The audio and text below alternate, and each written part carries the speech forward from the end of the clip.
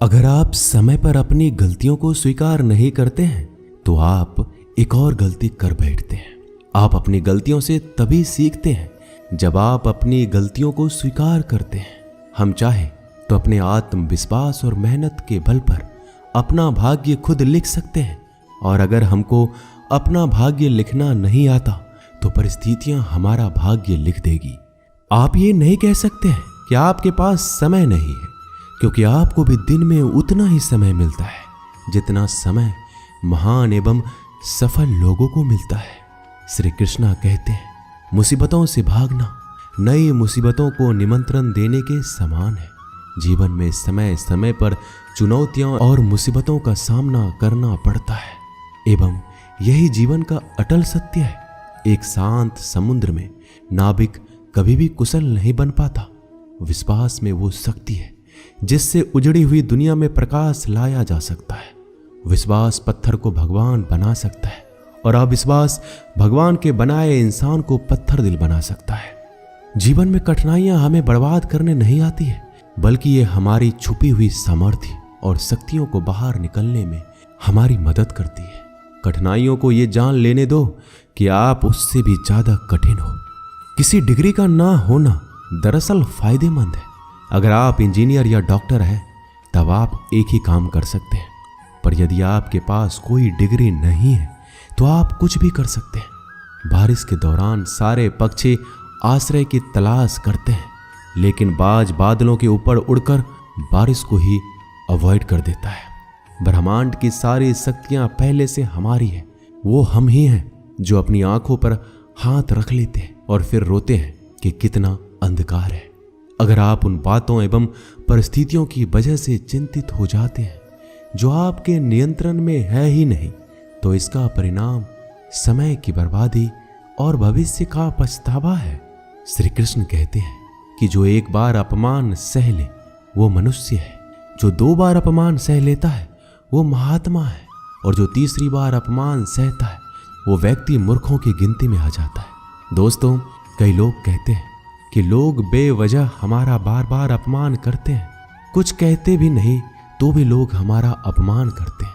पर अगर कोई हमें बार बार तंग करे, अपमान करके हमें ताना मारता रहे या हमारी हंसी उड़ाते रहे, तो हमें क्या करना चाहिए या फिर उसका जवाब देना चाहिए?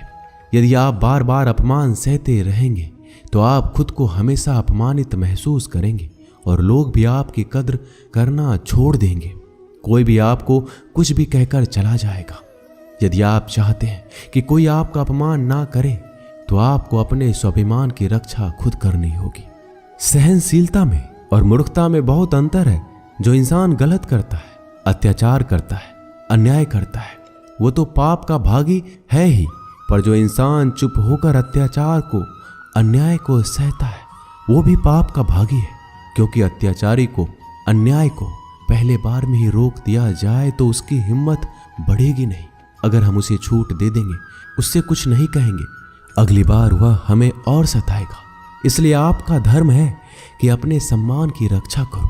इस दुनिया में सबसे महंगी चीज होती है सम्मान। सम्मान ऐसे ही किसी को मुफ्त में नहीं मिल जाता। इसको अपने चरित्र से, अपने अच्छे गुण से, स्वभाव से कमाया जाता है। यदि आपके सम्मान पे, स्वाभिमान पे चोट आए तो आपको उसकी रक्षा करनी चाहिए। यदि आप चाहते हैं कोई भी आपका अपमान ना कर सके, कोई भी आपके सम्मान को, स्वाभिमान को चोट ना पहुंचाए, तो 3 बातें आप हमेशा याद रखना। पहली बात, कुछ लोग कहते हैं हमें कोई कुछ बोल जाता है, हम तो चुप रह के सह लेते हैं, क्या करें, कैसे जवाब दें? तो अपनी इस आदत को बदलिए। कई लोग जो सहते रहते हैं और जब उनकी सहन शक्ति खत्म हो जाती है तो एकदम बम की तरह फट जाते हैं। इससे उनके रिश्ते भी टूट जाते हैं और वो खुद भी पछताते हैं। हम जवाब देते हैं तो झगड़े हो जाते हैं, हम जवाब देते हैं तो हम बुरे बन जाते हैं। इसका कारण ये है कि आपको बात करना नहीं आता। किसी की बातों का जवाब देने का मतलब ये नहीं कि हमें झगड़ा करना है या हमें क्रोध करना है। अगर कोई आपसे ऐसे शब्द कहता है जो अनुचित है तो सहज भाव में आपको उनका उत्तर देना चाहिए। किसी की बातों पर उत्तर देना झगड़ा करना नहीं होता, क्रोध करना नहीं होता। आपको सीखना है बिना क्रोध किए लोगों के बातों का कैसे उत्तर दे सकते हैं? कई लोग कहते हैं हम बात करते हैं तो झगड़ा हो जाता है। कई लोग कहते हैं हम एक जवाब देते हैं तो सामने वाला हमें दूसरा जवाब देता है, जिससे हम चुप हो जाते हैं। हम क्या करें? हम बात नहीं कर पाते। जब तक आप बात नहीं करेंगे तब तक आप बात करना नहीं सीख पाएंगे। ऐसे तो आपको हर कोई चुप करा के चला जाएगा। जितना आप बात करेंगे उतना लोगों की बातों का बेहतर जवाब दे पाएंगे। आप बात ही नहीं करेंगे, आप उत्तर ही नहीं देंगे तो कैसे आपकी बुद्धि का, आपकी वाणी का विकास होगा? एक व्यक्ति तैरने गया। जब वो पहले दिन तैरने के लिए पुल में उतरा तो उसे तैरना तो आता ही नहीं था, तो वो डूबने लगा। उसका दोस्त वहीं पास में खड़ा था।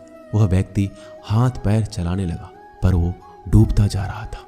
फिर उसके दोस्त ने देखा कि ये डूब ना जाए, फिर उसको बचाकर बाहर ले आया। वह व्यक्ति पानी से इतना डर गया, उसने कहा मैं पानी में अब तभी जाऊंगा जब मुझे तैरना आ जाएगा। क्या ऐसा संभव है? क्या कोई व्यक्ति पानी में उतरे बगैर तैरना सीख सकता है? ठीक उसी प्रकार जब आप लोगों के बातों का उत्तर नहीं देंगे, जवाब नहीं देंगे, तो आपको बात करना कैसे आएगा? आप ऐसे चुप करके सहते जाएंगे तो कैसे बात कर पाएंगे?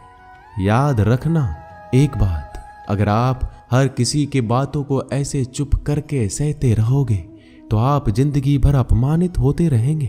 प्रेम भाव से, सहज भाव से लोगों की बातों का उत्तर देना सीखिए।